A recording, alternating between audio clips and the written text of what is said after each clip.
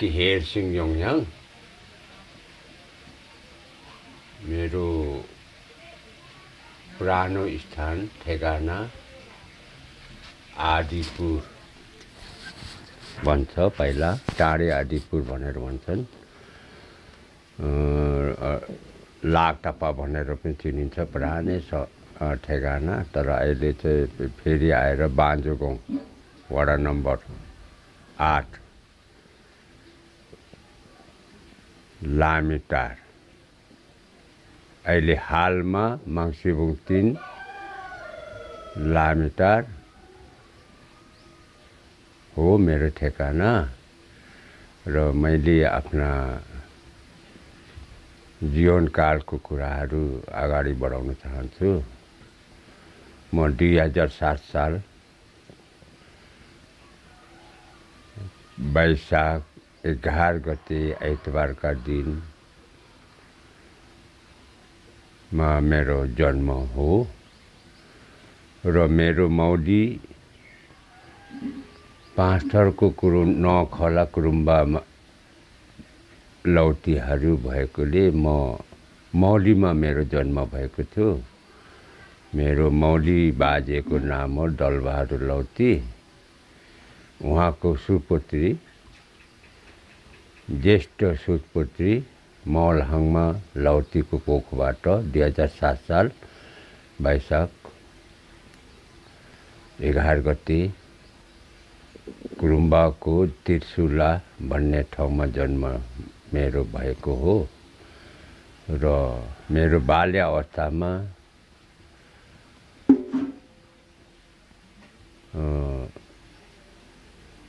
को दौरानमा म आफ्ना शिक्षा दीक्षा लिने क्रममा कुनै पनि त्यो समयमा स्कुलहरू नभएको कारण र बाहिरमा जानु पर्थ्यो। दार्जिलिङ, विराटनगर, इलाम यसरी जानु पर्थ्यो। तर अब त्यो समयमा आर्थिक अवस्थाले गर्दाखेरि म शिक्षा लिनु बाहिर पढ्नु जानु नसकिरहेको अवस्था थिएछ बाबुआमाको। र म त्यसरी नै गर्दाखेरि शिक्षा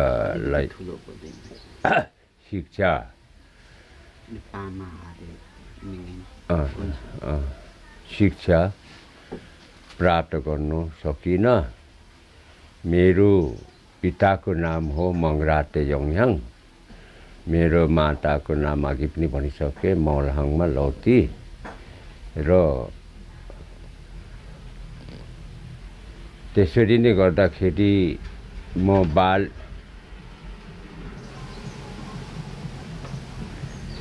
9 वर्षको उमेरमै म पिताजीको बाबुको चाहिँ टुहुरो भए। र टुहुरोपनमा रहँदै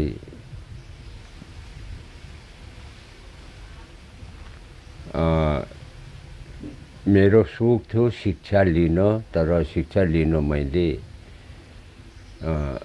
नपाउनुको कारणले मैले कहाँदेखि अब पढ्न पाऊँ, अब शिक्षा ग्रहण गर्न पाऊँ भन्ने हुँदै अब त्यो बाबुको टुहुरो भएको कारणले आमाले पनि अब व्यवस्थित ढङ्गले अब अगाडि बढाउन सकेनन्।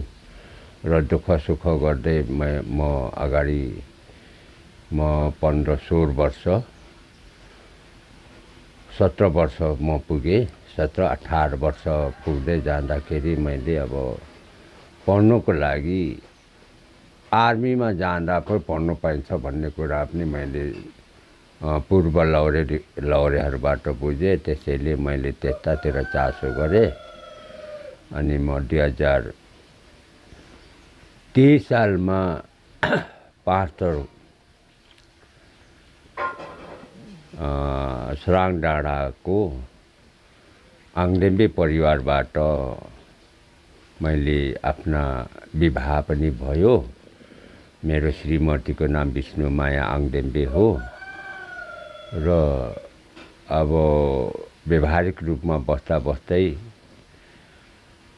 म बीचमा जागिर खाने विदेश जाने मेरो इच्छा भएको कारणले 2026 सालमा म भारतको इन्डिया आर्मीमा भर्ती हुने इच्छा गरेँ र 2026 साल मङ्सिरकै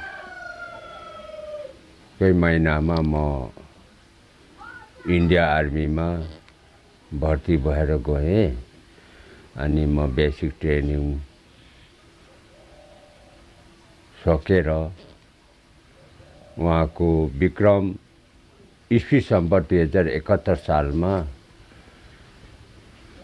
म आफ्ना बेसिक ट्रेनिङ सकेर आफ्ना पल्टन जाने पल्टनहरू रोज्नु पर्ने कुरा आयो। त्यसैले म 611 GR-मा मैले रोजेँ। त्यो उतातिर जम्मू कश्मीरतिर त्यो पल्टन थियो। त्यसैले उता त्यो कश्मीरतिर रमित हेर्ने पनि इच्छा भए अनि गइयो र 2071 सालमा म फर्स्ट छुट्टी पनि नआइकन 71 सालको इन्डिया र पाकिस्तानको युद्ध भयो।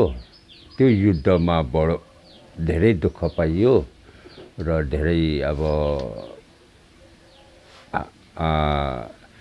दुःख पाएर आफ्ना ज्यान बचाउनुलाई पनि मुस्किल भयो। त्यो एट्याकमा पनि पर्यो, हरेक दुःख सुख पर्यो, दुश्मनको घेरामा पनि पर्यो र बलैले उक्सेर निस्केर पनि भाग्ने सफल भयो र त्यसरी दुःख गर्दै अनि त्यो रगत साथीभाइहरू धेरै ज्यान गुमियो र यो 14 ग्रेनेडियर भन्ने पल्टन सिट्टा जम्मूको 3 स्टारमा एट्याक गर्नुपर्ने भयो। त्यसमा चाहिँ हामी गोर्खा पल्टन चाहिँ एउटा कम्पनी मात्रै एउटा सपोर्टको लागि हामीलाई पठाएको थियो र त्यो पल्टनमा धेरै त्यो 14 ग्रेनेडियर मधेसी पल्टनहरू धेरै मरे।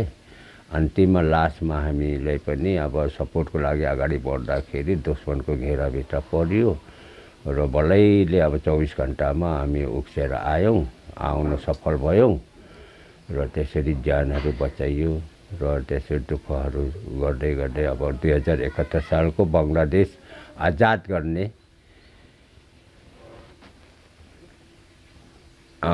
एउटा वारमा आजाद गर्ने सदस्य हामी पनि पऱ्यौँ र पछि गएर त्यो लडाइँ जितेर बङ्गलादेश आजाद भयो।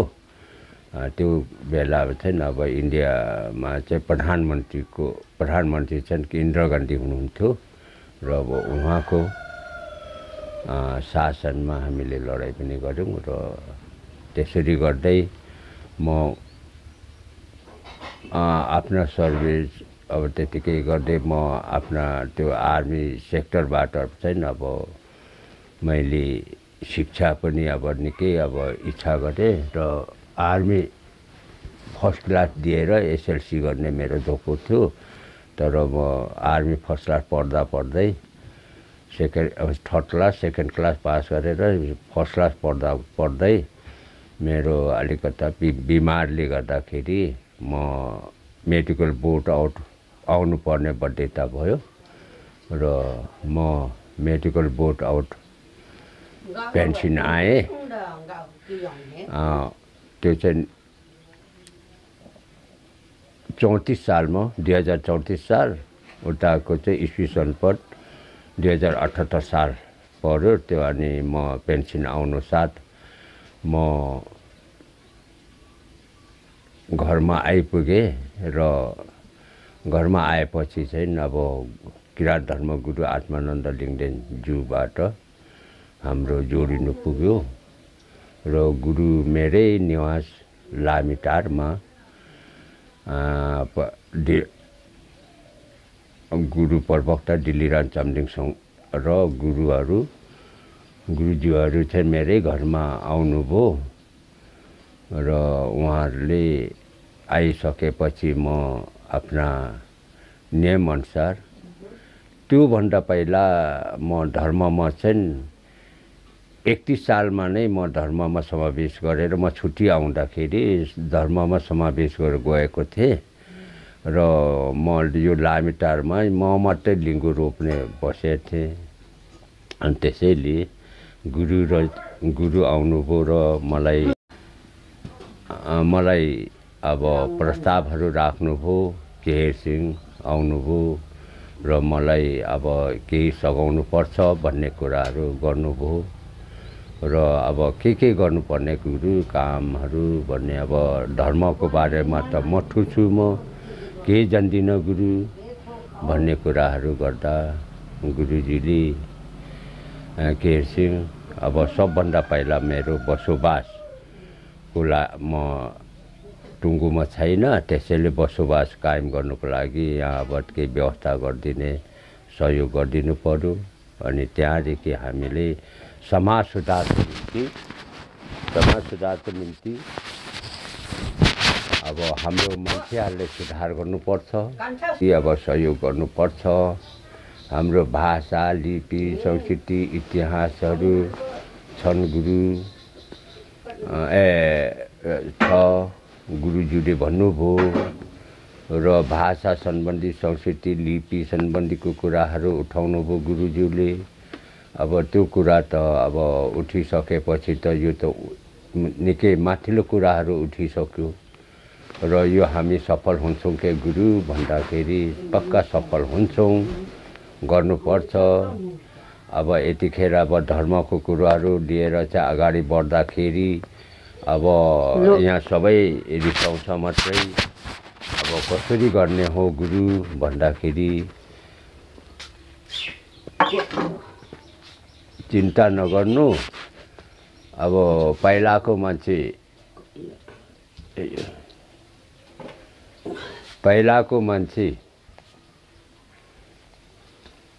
रिसाउँदै जान्छन्, तर फेरि जन्मेर हामीले सघाउनु आइपुग्छ भन्ने कुरा गुरुज्यूले भन्नु। ल कहिले जन्मिन्छ र कहिले उमेर पुग्छ अनि कहिले सघाउँछ भन्ने कुरा मलाई चिन्ता भयो र उनले भन्दै लाँदाखेरि अब समाजमा अब त्यस्तै समाज सुधारको लागि लडाइँ गर्दै जाँदा अब जोग्रो भोगको कुराहरू आए। हरेक कुराहरू राज्यले पनि अब यसलाई हेर्नु नसक्ने, अब यो एउटा साम्प्रदायिक एउटा नीति हो, यसले राजद्रोहीको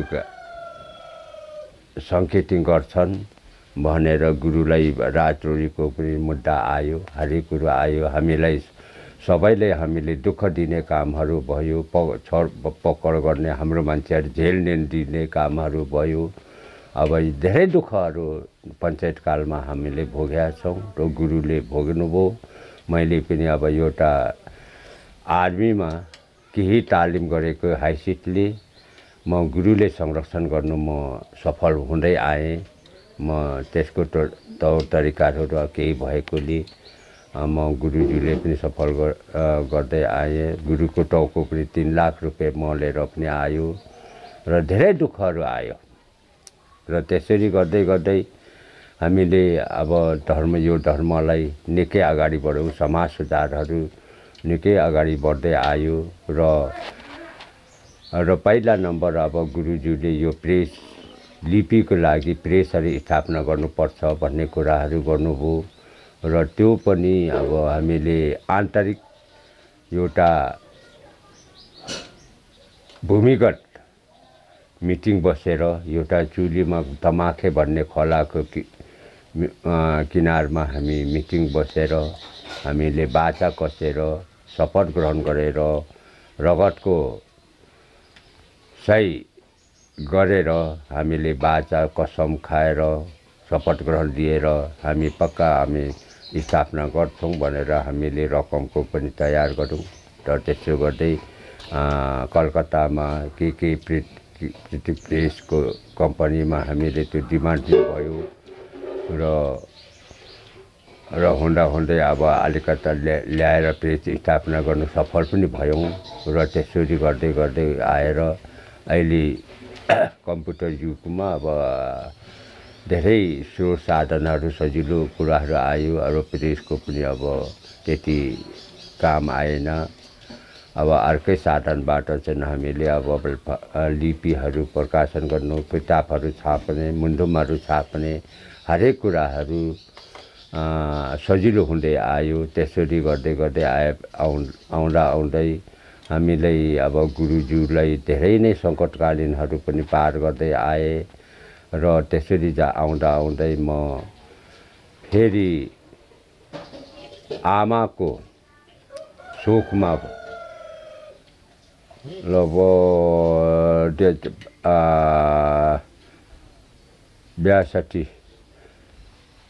62 सालतिर आमाको शोकमा पनि परे। अनि आमा पनि अब 60 वर्षको उमेरमा अब स्वर्ग हुनुभयो। र गुरुज्यूले मलाई भन्नुभयो पहिल्यै 1 वर्ष पहिला नै केयरसिंह आमाको अब अन्तिम नै भयो। त्यसले गर्दाखेरि अब खाने पिनेहरू केहरू अब सबै राम्रै तरिकाले दिएर बिदा दिनुपर्छ भने होइन, गुरु 1-2 साल त बचाउनु पर्छ भनेर अनुरोध गर्ने। अब माना चामल सक्यो, अब उपाय छैन, अब उहाँले बिदा दिनुपर्छ भन्ने कुरो सल्लाह दिनुभयो गुरुज्यूले। अनि त्यो र पनि म नमान्दै पनि गुरुले छुपाएर पनि मैले निकै डक्टरको दबाईहरूमा खर्च गरेँ, तर पनि बचाउनु सकिएन। त्यसैले अब आमालाई पनि बिदा दिएर बिदा दिनु बाध्यता भयो। त्यसै गर्दै आउँदा अब धेरै कुराहरू, कार्यक्रमहरू अनि डिजाइनिङहरू, कार्ययोजनाहरू गुरुज्यूले दिनुभयो। केयरसिंह अब यो हाम्रो केन्द्रीय मङहिमे स्थापना हुन्छ। त्यसैले अब पछि यहाँ धेरै मान्छेहरू जम्मा हुन्छन्। त्यसैले संरचनाहरू बनाएर बस्नुपर्छ। सबभन्दा पहिला अब वनहरू चाहिँ अब यो समुदाय वनहरू गठन गर्नु। अनि धार्मिक वन अब पछि हामी अखण्ड ध्वनि, अखण्ड बत्ती बाल्नुपर्छ।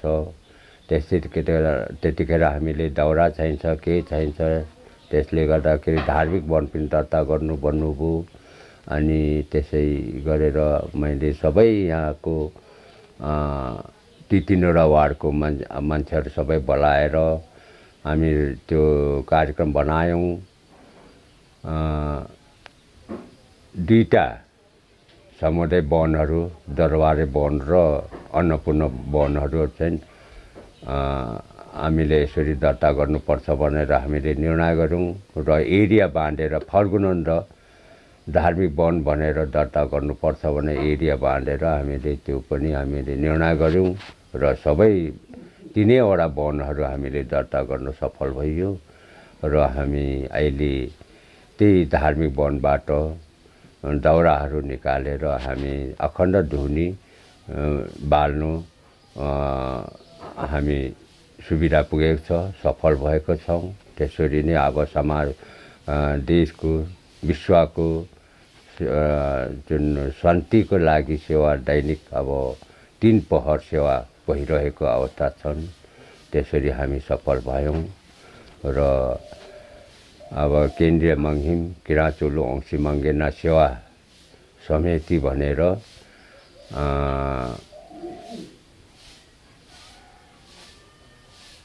किराँत हाङ्सा मुजुलुङ मङहिम भनेर हामीले राज्यमा दर्ता गऱ्यौँ। र राज्यमा जिल्लामा दर्ता गरेर समाज कल्याण परिषदमा पनि हामीले दर्ता गरेर ल्याएको छौँ। अहिले मजबुती किताबले हामीले त्यो पनि हामी सालसालै हामी रिन्यू गर्दै राखेका छौँ। र यसरी नै वैधानिकतामा हामी मङहिमहरू सञ्चालन गरिरहेका छौँ। र त्यहाँ पनि अहिलेको अवस्था, पहिला त यो साम्प्रदायिक संस्था हो भनेर हामीले केही पनि राज्यबाट 1 पैसा पनि दिँदैन थियो। तर अहिले राज्यबाट पनि अब सहयोगहरू प्राप्त भइरहेको अवस्था छ। र सहयोगहरू प्राप्त भइरहेछ, विकासहरू भइराखेको छ र यसरी नै हामीले हाम्रो अहिलेको अवस्थामा हाम्रो धर्म निकै अगाडि बढिसकेको छ र राष्ट्र अन्तर्राष्ट्र जम्मा 7-8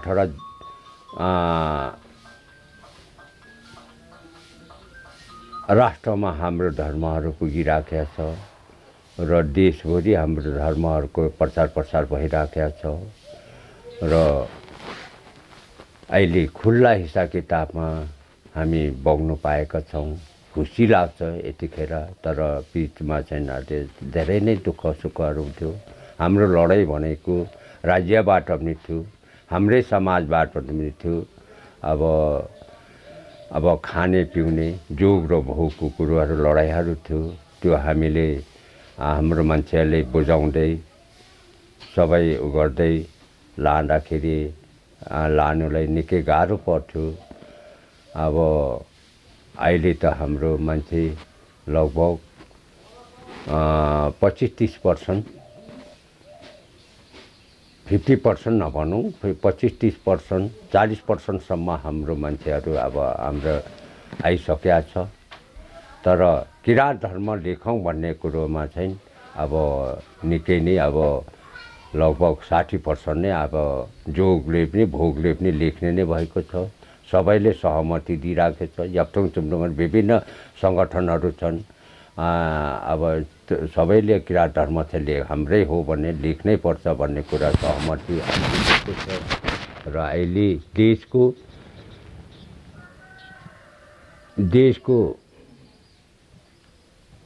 धर्मको महलमा अहिले हामी चौथो स्थानमा हामी रहेको छौँ र पहिलो हिन्दू, दूसरा बौद्ध, तीसरा मुस्लिम, चौथो किराँत, यसरी नै हुँदै हुँदै गएको छ र हामी फेरि यो साल पनि अब जनगणनाको कुराहरू छन्, त्यो पनि हामीले महासमिति गठन गरेर हामी लागि परेका छौँ र सबैले हामीले आह्वान गरिराखेका छौँ किराँत धर्म लेखौँ भनेर। अब पक्कै पनि हामी यसबाजी चाहिँ अब निकै माथिल्लो स्टेप हामी देख्नेछौँ भन्ने आशा छ र यसरी नै हामीले अब गर्दै भन्दै आउँदैछौँ र अरू कुरा दुःख छ, धेरै कुराहरू छन्, गर्नुपर्ने कामहरू धेरै छन्। हाम्रो मान्छेहरू धेरै झेल्ने खपी पनि सक्यो, केही भयो आयो होइन। अब किराँत धर्मको नाममा हरेक दुःख सुखहरू भइराखेका छ।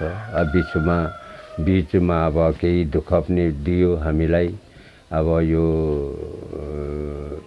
विभिन्न देशमा अब यो कठिनाइहरू पनि आइरहँदो रहेछ। अब बिचमा 10 वर्ष जनयुद्ध पनि आयो, माओवादीले अब जनयुद्ध गरे, त्यसमा पनि हामी निकै गम्भीर तरिकाले हामीले प्रेस आयो, त्यो पनि हामीले पार गऱ्यौँ दुःख सुख गर्दै। हाम्रै साथीभाइहरूसित अलि नराम्रो पनि भयो, तर पछिबाट हामी सम्झौता गरेर आफ्नै सहकार्य भएर हामी आयौँ र त्यो फेरि अब त्यो सकेपछि अब अहिले कोरोना आयो।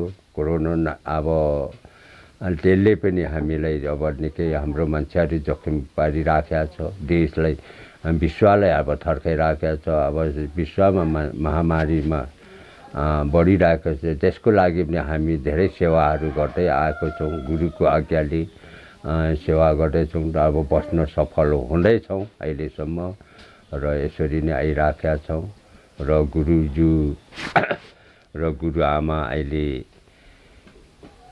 धेरै नै दुःख चिन्तन मननमा हुनुहुन्छ र कसरी अगाडि बढ्ने भन्ने कुराहरू चाहिँ अब धेरै कुराहरू छन् र यसरी नै आएर हामीले अहिले प्रगतिको रूपमा चाहिँ अब राज्यले दबाब दिँदै पनि अब किराँत धर्म साहित्य उत्थान सङ्घ भनेर चाहिँ अब एउटा संस्था दर्ता गरेछौँ। दोस्रोमा अब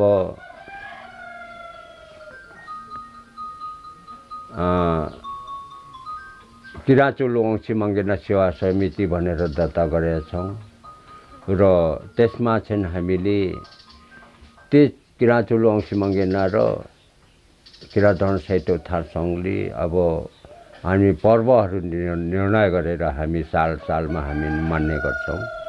किराँतधर्म साहित्य उत्थान सङ्घले अब महागुरु फल्गुनन्दको जन्म जयन्तीका पर्वलाई उहाँले टेकअप गरेर उहाँहरूको जिम्मामा कार्यक्रम गर्दै ल्याएको छ। किराँचुल वंशी मङ्गेना सेवा समितिले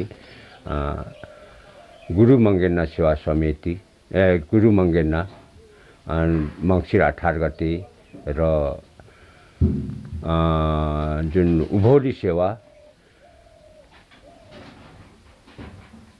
जुन माघ 5 गते अनि गुरुआमाको जन्मोत्सव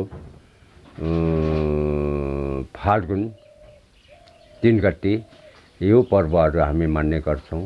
यो पर्वमा हामीले देशको राज्यको नेताहरू सबै आइसकेका छ र सबभन्दा